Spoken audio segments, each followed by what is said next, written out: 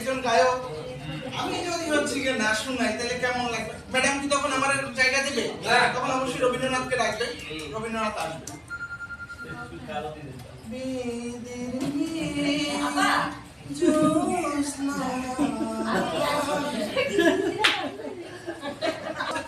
প্রথমে কথা দিয়ে বলে জ্যোৎস্না ফাঁকি দিয়েছে।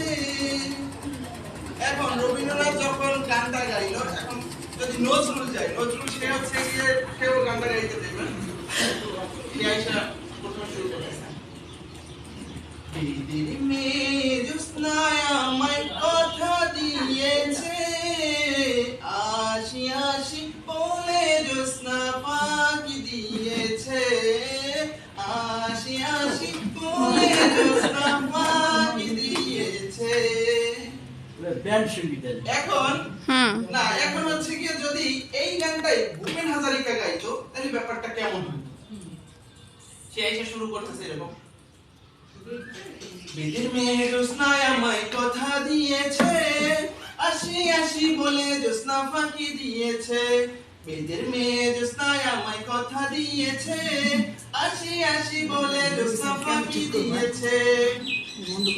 এখন এটা যদি হিমন্ত মুখোপাধ্যায় গাইতো তাহলে কিভাবে হতো? বিদির মেয়ে জ্যোৎস্না আমায় কথা দিয়েছে,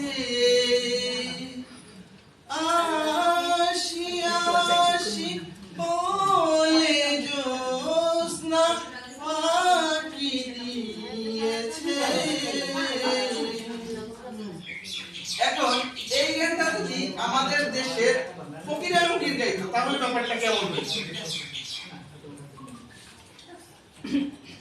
বিদির মেয়ে জ্যোৎস্না আমায় কথা দিয়েছে, আসি আসি বলে জ্যোৎস্না ফাঁকি দিয়েছে, বিদির মেয়ে জ্যোৎস্না আমায় কথা এটাই ভালো হইছে।